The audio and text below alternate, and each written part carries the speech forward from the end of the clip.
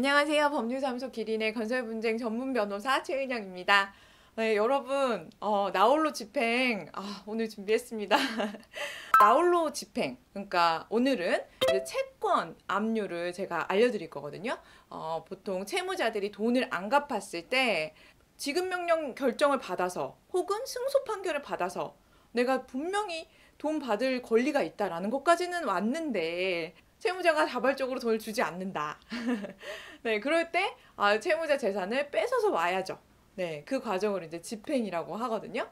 근데 이 집행을 어떻게 해야 되나요? 라는 질문 가장 중요한 거죠. 우리는 사실 실질적으로 대금을 회수해야 되니까요. 그런데 채무자가 가진 여러 가지 재산들 중에서 오늘은 통장 압류, 예금 채권 압류를 알려드릴 거예요. 제가 오늘은 좀 쉽게 기재해야 되는 각 부분들마다 어떻게 기재하셔야 되는지 알려드리고 또 기재례를 그 사례를 제가 더보기에 올려놓을 테니까요. 그 더보기에 있는 이 기재례를 보시고 그대로 비슷하게 쓰시면 돼요.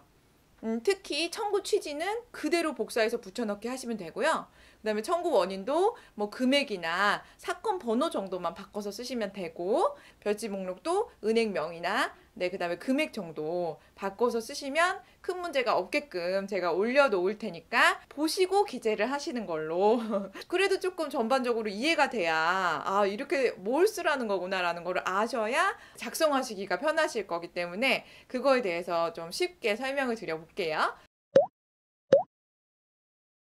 예금 채권, 법적으로는 채권 압류 및 추심 명령, 이 신청서를 쓰신다라고 생각하시면 돼요. 근데 기본적으로 대법원 양식 모음을 치셔서 대법원 사이트에 가시면 거기 엄청 많은 양식들이 다 올라와 있어요. 그래서 채권 압류 및 추심 명령 양식을 다운받으셔서 그 양식을 여시고, 제가 이제 올려놓은 이 기재례와 거의 같거든요. 그 양식을 다운받아서 거기다 채워 넣으시면 된다, 이렇게 생각하시면 돼요. 그래서 그 양식하고 또 별지 목록도 거기에 다 들어가 있기 때문에 별지 작성예도 이제 그 양식에 따라 하시는 게 좋아요. 그래서 일단은 그 양식을 다운받으신 다음에 채권자, 채무자, 그리고 제3채무자, 그 란을 기재하시는 거는 이제 어렵지 않죠. 채권자는 이제 본인이시고, 그럼 채무자는 돈을 안 갚은 상대방. 네, 지급명령 신청의 경우에는 채무자 누군지 당연히 기재되어 있고, 판결문의 경우에는 피고를 얘기하는 거죠. 제3채무자 누구냐? 제3채무자 은행이에요, 은행. 예, 그러니까 채무자가 우리은행, 신한은행, 하나은행에서 통장이 있다. 그러면 그 통장을 우리가 압류를 해서 직접 우리가 그 돈을 가지고 오는 거거든요. 뭐 통장에 만약에 300만 원이 있다. 그러면 그 돈을 압류해서 직접 그 은행에 가면 이렇게 압류 및 추심 명령 결정문이 제가 있습니다. 제가 이걸 받을 권리가 있어요. 라고 하면은 은행에서 돈을 바로 줘요. 그래서 이제 돈을 바로 받아오는 이 절차가 바로 압류 추심 절차인데요. 근데 제3채무자라는 것은 돈을 채무자한테 줄 사람, 이렇게 생각하시면 돼요. 그래서 제3채무자는 은행이다. 우리는 예금 통장 압류를 할 거기 때문에. 그래서 은행을 결정을 하셔야 되는데요.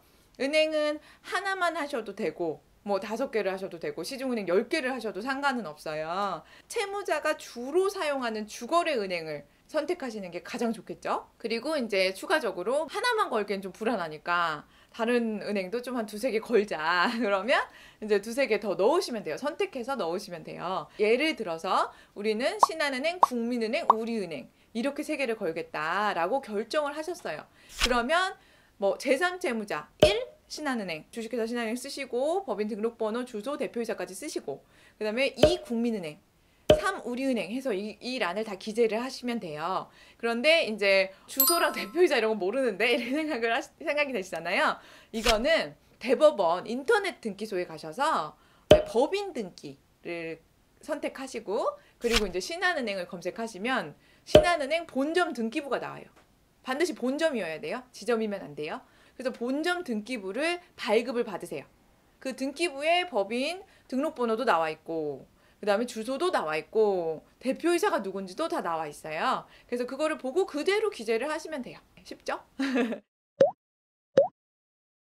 그 다음에 양식에 보시면 채무자에게 청구할 채권의 표시, 이런 란이 하나 있어요. 이거는 우리가 지금 지급명령 결정문 혹은 승소 판결문 갖고 있으시잖아요. 그쵸?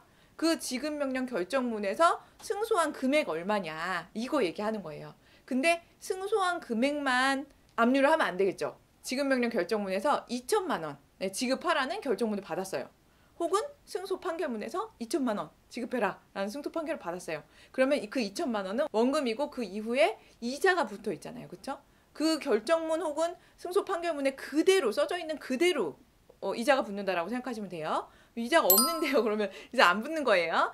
네, 그러니까 이 결정문에 2021년 12월 1일부터 뭐 다 갚는 날까지 연 12%에 의한 금원을 지급하라 이렇게 써져 있다. 그러면 그 이자를 계산하시는 거예요. 언제까지? 신청서 제출하는 오늘까지.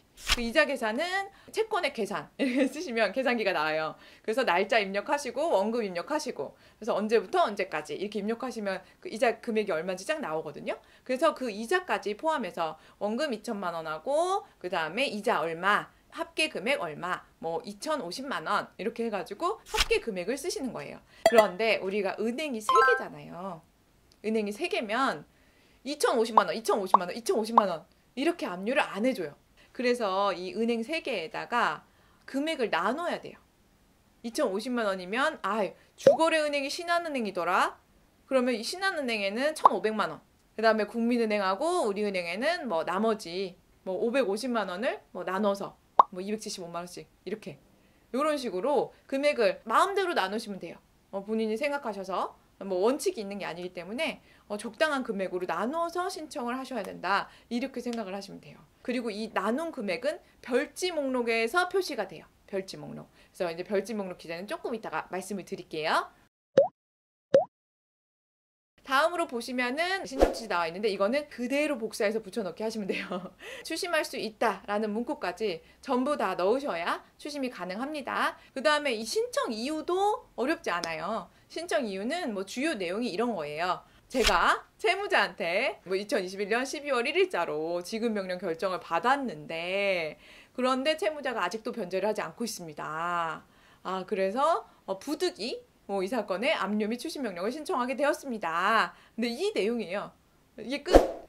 그래서 신청 이유 기재하실 때는 이제 지급명령 결정이 나온 날짜랑 지급명령 사건 번호 이런 것들 있잖아요. 그래서 그 부분만 이제 본인 결정문에 맞게 바꿔 쓰시면 돼요. 그리고 나 지급명령 결정문이 아니라 난 승소 판결문이다. 그러시면은 뭐 서울중앙지방법원 2021 가단 어쩌고 사건 에 관한 승소 판결문 몇 월 며칠자 승소 판결문에 의해서 지급받을 권리가 있는데 채무자가 아직도 지급하지 않고 있습니다. 라는 내용을 뭐 조금만 바꿔서 쓰시면 크게 문제가 없어요. 그래서 신청 이유도 기재를 보시고 더보기에 있습니다. 그리고 이제 마지막으로 우리가 가장 중요한 것이 별지 목록이에요. 별지 목록은 여러분 하나로 다 작성하시려면 어려우시니까 은행 3개잖아요. 은행 3개를 나누어서 별지 1, 별지 2, 별지 3 이렇게 해서 3개로 작성을 하시고 별지 1은 이제 신한은행 채무자가 신한은행에 대해서 라고 대문짝만 이렇게 쓴 다음에 금 1,500만 원 그렇게 쓰시고 그 아래에 있는 내용은 이제 뭐 그대로 갖다가 붙여 넣으시면 돼요.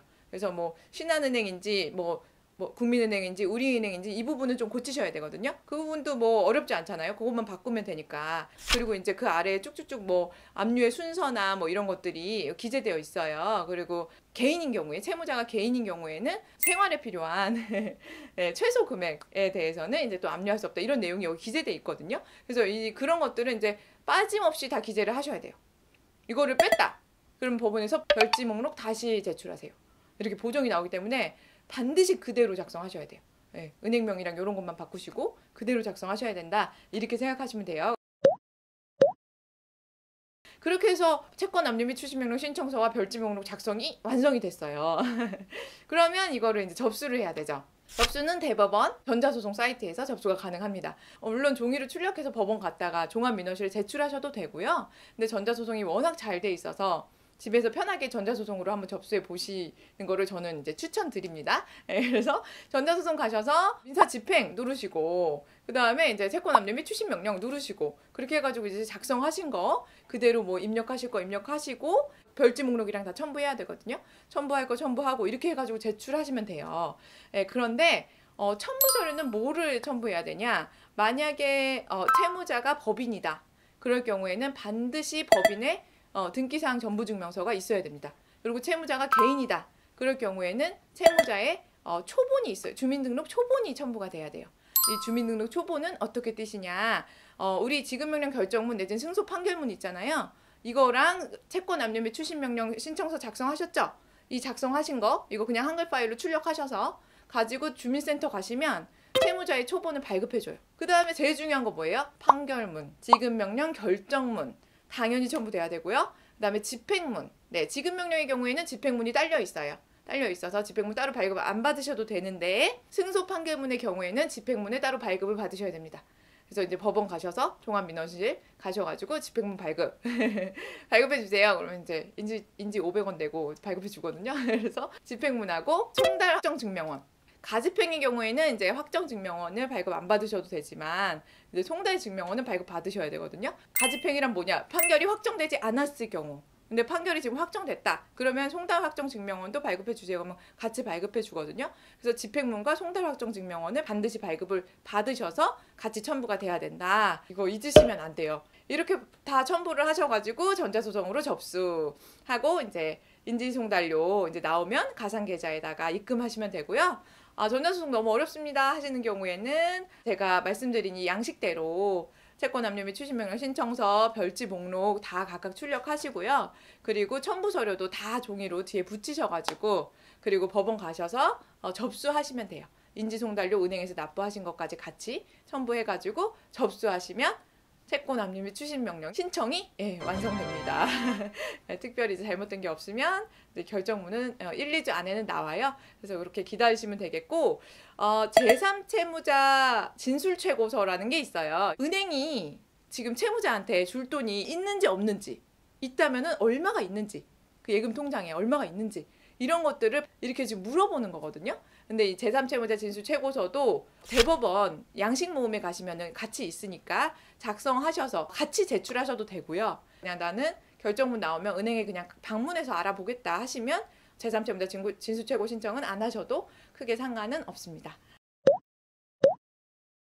예금 통장 압류 제가 오늘 말씀드렸는데요. 돈 들여서 이렇게 뭐 변호사, 법무사 찾아가셔서 집행까지 하시려면은 또 힘드시니까 꼭 한번 활용해 보시고 진행하시다가 어렵거나 궁금하신 점 있으시면은 댓글 남겨주시면 제가 또 성심성의껏 답변 드리도록 할게요.